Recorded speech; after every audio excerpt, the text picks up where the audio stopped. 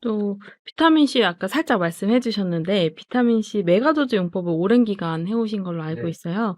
이 메가도즈 용법이 무엇이고 효능이 어떤 거고 또 요거에 대해서 인제 여러 가지 의문점도 상당히 많은데 이것도 설명해 주시면 좋을 것 같아요. 비타민 C 메가도스라는 말이 요즘에 조금 많이 알려져 있는데 사실 기능의학을 제가 19년 전에 입문을 했고 제가 기능의학을 또 진료하기 시작한 게 16년, 17년 전인데 그때부터 저희는 이제 메가도스를 계속 해왔던 아주 오래 해왔습니다. 메가도스 일단은 말 자체가 고용량을 넘어서서 메가 용량입니다. 이게 무슨 의미냐면 비타민 C는 필수라고 말씀드렸죠. 우리가 전혀 먹지 않으면 괴혈병으로 사망합니다. 근데 비타민 C 하루 권장량, 기초 권장량이 얼마나 되냐면 얼마 안 됩니다. 100ml에서 200ml밖에 안 됩니다. 요거는 바로 뭘 뜻하냐? 요것도 안 먹으면 괴혈병 걸린다는 거예요. 그래서 요 정도는 괴혈병을 막을 수 있는 용량이고 우리가 생명을 유지하는 용량이라고 보시면 됩니다. 그게 바로 종합영양제에 들어있는 정도 용량이고 그 정도 용량은 사실 음식으로도 해결이 됩니다. 과일 좀 먹고 야채 좀 먹고 그러다 보면 뭐 50ml, 100ml 먹을 수 있어요. 그래서 괴혈병에 안 걸리고 사는 거죠. 그것 과일 자체 너무 많이 안 먹고 종합영양제도 안 먹는 분들은 괴혈병까지 아니더라도 뭔가 좀 이렇게 잇몸에 피도 잘 나고 이제 그럴 수 있어요. 예. 근데 우리가 고용량으로 가는 이유는요. 우리가 살아가면서 생기는 활성산소 이게 이제 우리의 그 노화를 촉진하고 여러 가지 질병을 만들고 또 혈관을 망가뜨리고 또 치매의 원인이 되고 또 암의 원인이 되잖아요. 이러한 독성 물질이 현대 사회에서 우리 몸속에 급격하게 증가하기 때문에 그렇습니다. 자, 활성산소가 증가하는 이유 네 가지가 있는데요. 첫째가 흡연이 있고요. 둘째가 스트레스. 세 번째가 과식이에요. 네 번째가 바로 과도한 운동입니다. 과도한 운동을 하면요. 활성산소가 많이 나와요. 이런 것들 우리 현대 사회에서 네 가지 다 아니더라도 스트레스 많이 받고 과식하고 그러다 보면 활성산소가 많이 나옵니다. 이런 것들을 억제할 수 있는 용량은요. 기초권장량 갖고는 안 되는 거예요.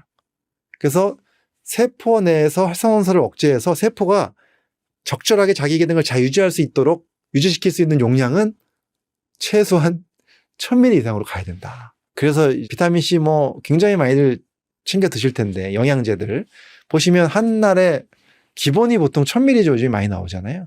그 이유가 바로 1000ml부터 가는 겁니다. 그래서 많게는 6000ml, 9000ml, 뭐 12000ml까지도 갑니다. 그래서 저는 이제 벌써 한 17년, 18년 됐죠. 그때부터 기능의학적으로 세포의 기능을 최적화시키는 비타민C 용량, 이것은 최소한 몇천 ml를 가야 된다는 걸 제가 알고 있었기 때문에 저도 그때부터 한 거의 하루에 6000ml씩 먹었고요.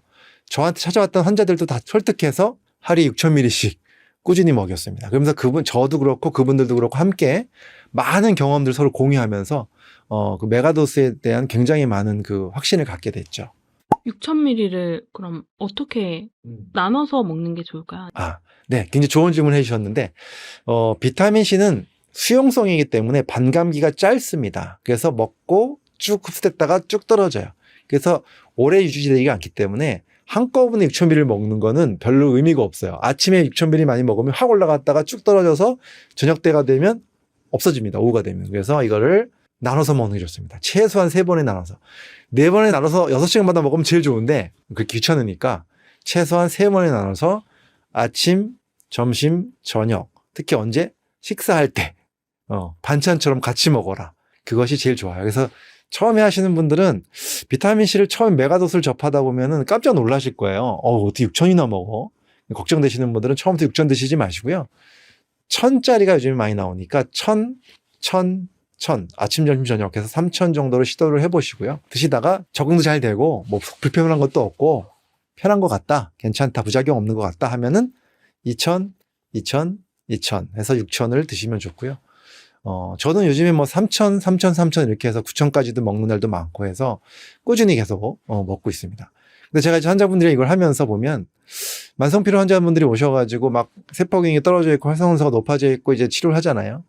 이제 항산화 물질의 대표적인 주자가 이 비타민 C이기 때문에 가장 값싸고 중심에 있는 항산화 물질이기 때문에 비타민 C 메가도스를 하게 되는데 6000을 먹게 되면 한두 달 드시면요. 환자분들이 꼭 하시는 말씀이 있어요. 대부분의 환자들이. 요즘에 제가 피부가 뻐해지고 굉장히 피부가 좋아진 느낌이 드는데 이게 왜 그럴까요? 바로 비타민 C 덕분입니다. 비타민 C는 멜라닌 생성도 억제해주고요. 그래서 피부를 미백 효과도 있고요. 그 다음에 콜라겐 형성을 극대화시킵니다. 예, 그래서 비타민C를 많이 먹는 분들이 콜라겐 형성이 잘 되기 때문에 피부도 좋아질 수밖에 없습니다. 그래서 항노화도 굉장히 도움이 되고요.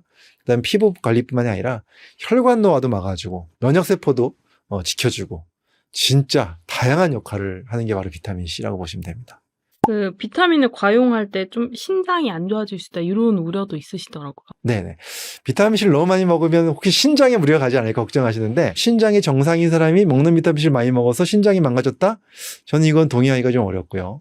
물론 신장 기능이 많이 낮은 분들 있잖아요. 낮은 분들이 잘못해서 비타민C를 과도하게 주사를 맞았다?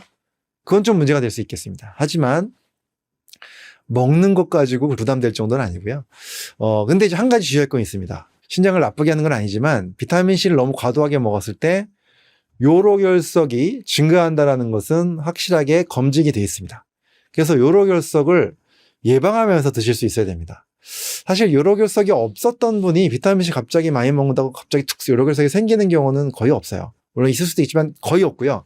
걱정되는 거는 요로결석이 있었던 분이 치료하고 나서 비타민C를 다시 고용량으로 먹다가 재발률이 올라간다는 거죠. 그래서 비타민C를 고용량을 먹고 싶은데 요로결석이 걱정이 된다 하시는 분들은 몇 가지만 제가 좀 팁을 알려드릴 건데요. 첫 번째가 일단은 물을 많이 드셔야 됩니다. 예. 대부분 요로결석이 많이 생기는 계절이 여름이고요. 땀 많이 되고 탈수 많이 됐을 때 물을 많이 안 먹는 분들이 잘 생깁니다. 그래서 물을 많이 먹는 것을 해야 된다. 비타민C 먹을 때도 물을 많이 드시는 게 좋지만 비타민C 먹을 때뿐만이 아니라 평상시에 물을 많이 드셔서 탈수가 되지 않게끔 해야 된다. 요거 첫 번째 굉장히 주의사항이고요. 그다음에 두 번째가 마그네슘도 필수 영양소잖아요. 비타민 B도 필수 영양소잖아요. 마그네슘과 비타민 B 중에서 6번 있어요. B6. 이 두 가지를 비타민C 고용량과 같이 먹으면 요로결석이 생길 확률을 80%까지 예방해 준다는 연구 결과가 있습니다. 그게 왜 그러냐면 B6하고 마그네슘이 비타민C가 대사되는 과정에서 옥살산이 생기는 것을 좀 막아주고요. 그 다음에 옥살산이 칼슘이랑 만나면 이제 결석이 되는데 이 칼슘과 만나는 것을 마그네슘이 기량을 합니다. 예, 그래서 마그네슘과 비타민 B6는 보통 종합영양제에 많이 섞여 있어요. 그러니까 그거 드시면서 같이 드셔주시면 너무 좋고요. 그 다음에 물 많이 드시는 거, 그 다음에 비타민 B6와 마그네슘, 그 다음에 또 하나가 구연산이 많은 음식을 드시면 구연산이 요로결석의 예방이 아주 좋은 음식이거든요. 근데 구연산이 많은 음식이 레몬이에요. 그래서 우리가 같이 물 많이 드시라고 했잖아요. 그래서 레몬수, 물에다가 레몬즙을 짜서 드시거나 아니면 요즘에 레몬수 이렇게 좀 많이 제품으로 나오는 거 있거든요. 그리고 사실 그 한 포 값이 우리가 커피 한 잔 사 먹는 것보다 싸요. 그러니까 커피 대신에 커피는 사실은 이게 아시다시피 카페인을 먹으면 오히려 소변으로 빠져나가기 때문에 수분이 탈수의 원인이잖아요. 그래서 커피 대신에 그런 거 하나 물에다 타가지고 물 자꾸 드시는 겁니다. 그러면 레몬수를 많이 드시면요. 확실하게 요로결석의 증가를 막아주고요. 오히려 감소시킵니다. 실제적으로 비뇨기과에서도요. 비뇨기과에서도 그 요로결석 환자들한테 권하는 게 레몬수거든요. 예, 예방을 위해서. 재발하지 말라고. 그래서 이것도 알고 계시면 좋고. 그 다음에 피해야 될 음식이 있습니다. 아까 제가 옥살산을 말씀드렸죠. 비타민C가 자체가 옥살산은 아니죠. 근데 대사되는 과정에서 마지막에 옥살산이 일부 좀 나와요. 이게 칼슘과 만나서 결석이 생기는 거라고 말씀드렸잖아요. 그래서 옥살산이 많으면 안 되는 건데 비타민C가 아닌 아예 옥살산 자체가 많은 음식이 있어요. 그걸 같이 먹으면 옥살산이 많아지겠죠. 그게 바로 뭐냐면 시금치입니다. 그리고 근대. 시금치하고 근대에 옥살산이 굉장히 많이 들어있고요. 그 다음에 콩하고 견과류에도 좀 꽤 들어있어요. 그래서 시금치 근대는 일단 비타민C를 메가도스 하시는 분들은 피하시는 게 좋고요. 이거는 비뇨기과 선생님들도 하시는 말씀이거든요. 그 요로결석 재발 방지하기 위해서 시금치 근대 먹지 마세요 이 하시거든요. 그 다음에 콩이라든가 견과류는 뭐 적당량 드시는 건 상관이 없는데 너무 과도하게 뭐 예를 들어서 콩물을 계속 내려서 매일 뭐 드시는 분들 있잖아요. 이런 거는 옥살산이 많을 수가 있습니다. 이 정도는 좀 피하시는 게 좋겠다. 적당하게 우리가 일반적으로 드시는 정도는 괜찮습니다. 그래서 그런 식으로 예방하는 방법을 제가 설명을 드렸으니까 이 비타민C 메가도스 하고 싶은데 결석 걱정된다 하시는 분들은 꼭 그렇게 하시면 될 것 같습니다. 그 또 하나 또 많은 의문이 비타민을 많이 먹어도 어차피 다 빠져나가서 소용이 없다 이 얘기인데 이건 어떻게 보시나요? 많이 먹어봤자 대변으로 다 빠져나가고 흡수가 다 안 된다. 그 말 맞습니다. 왜냐하면 비타민C가 100% 흡수되지 않아요. 예. 그래서 만약에 하루에 6,000mg을 먹어도 그 중에서 흡수가 30-40% 되면 많이 되는 겁니다. 예, 많이 되는 거예요. 그 정도면 진짜 뭐 10% 20% 되기도 하고 나머지 다 빠져나가죠. 대변으로. 소용없다고 생각하실 수 있는데 우리나라 그 비타민C의 대가이신 이황재 박사님 잘 아실 겁니다. 이황재 박사님 저희 채널에서도 많이 저랑 같이 함께 이야기 나눴는데 많은 연구를 하셨어요. 근데 어떤 연구가 있냐면 비타민C가 대장으로 빠져나가면서 하는 역할 이게 또 대단합니다. 예, 어떤 역할이 있냐면요. 대장 속에서 비타민C가 빠져나가면서 대장 속에서 비타민C가 좋은 세균을 도와주고요. 나쁜 세균을 억제합니다. 그래서 비타민C 고용량을 먹으면 가스 차는 분들이 많거든요. 근데 이거는 이제 어쩔 수 없이 적응하는 과정이고요. 가스가 찹니다. 근데 방구가 나오는데 가스가 나오는데 냄새가 없어져요. 신기하게도. 그만큼 장에 독소가 줄어든다는 겁니다. 그래서 이런 2차적인 이득이 있고요. 그러니까 흡수 안 된 비타민C가 하는 역할입니다. 장에서 좋은 역할을 하고 나가고요. 변비 있는 분들이 특히나 비타민C 고용량을 먹으면 굉장히 좋아지는 경우가 많습니다. 예, 변이 잘 나온다. 예, 이렇게 말씀하시는 분들이 굉장히 많아요. 또 소변으로도 많이 빠져나가죠. 소변으로 빠져나가는 거는 혈액을 타고 돈 비타민C가 다 쓰이고 나가는 거기 때문에 이미 그건 흡수가 안 된 게 아니라 흡수된 비타민C거든요. 소변으로 나가면서도 소변 속에 있는 또 많은 암모니아 같은 독소들이 많잖아요. 함께 비타민C가 포함되어 있으면요. 방광도 지켜주고 여러 가지 도움이 된다. 이렇게 보시면 됩니다. 어떤 비타민C를 골라야 될지 궁금한 분도 많을 것 같은데 이게 제형에 따른 종류도 많고 또 성분별로 종류가 많은데 주의할 뭐 사항이 어떤 건지 말씀해 주시면 좋을 것 같아요. 사실 비타민C 메가도스로 하실 때는 가장 좋은 거는 메가도스는 이제 고용량을 하는 거잖아요. 가루로 100%짜리가 제일 좋습니다. 보통 가루로 돼 있는 포로 돼 있는 그거는 100% 비타민C입니다. 우리가 가루 비타민C 하면은 이제 레모땡 이런 거 생각하실까 걱정인데 그거는 100%가 아니고요. 비타민C가 한 25% 들어 있고요. 나머지 75%가 이제 약간 색소나 감미료 이런 거에서 좀 우리 먹기 편하게 만든 제품입니다. 근데 메가도스용은 이제 그런 걸로 할 수 없고요. 다른 성분이 하나도 없이 비타민C만 100% 들어 있어야 되거든요. 그러면은 맛이 어떨까요? 단맛 하나도 없고 오로지 신맛만 있습니다. 그리고 물에 타면 굉장히 잘 녹고요. 색깔이 투명해요. 가루가 백색 가루예요. 완전히. 투명합니다. 그래서 노란색이 아닙니다. 절대 비타민C가. 노란색 아니에요. 많은 분들이 노란색으로 생각하는데 노란색 아닙니다. 네, 백색 가루고요. 비타민 먹고 나면 소변이 노래지는 게 비타민C 때문에 그런지 아는데 비타민C 때문에 그런 거 아닙니다. 비타민 B 때문에 그래요. 비타민 B 8가지 중에 2가지가 노란색입니다. B2번하고 B5번. 예. 그것 때문에 노래지는 거지 비타민C만 먹으면 노랗지 않습니다. 소변이. 자, 이 비타민C 백색 가루 이게 메가도스용으로 가장 적합해요. 물론 먹긴 좀 불편하죠. 굉장히 시니까. 그래서 이제 우리 가루약 먹듯이 쓴 가루약 먹듯이 물 한 잔 먹고 털어놓고 꿀꺽 삼키고 물 한 잔 더 먹고 이런 식으로 이제 먹게끔 하는데 알약은 먹기에 편하잖아요. 예.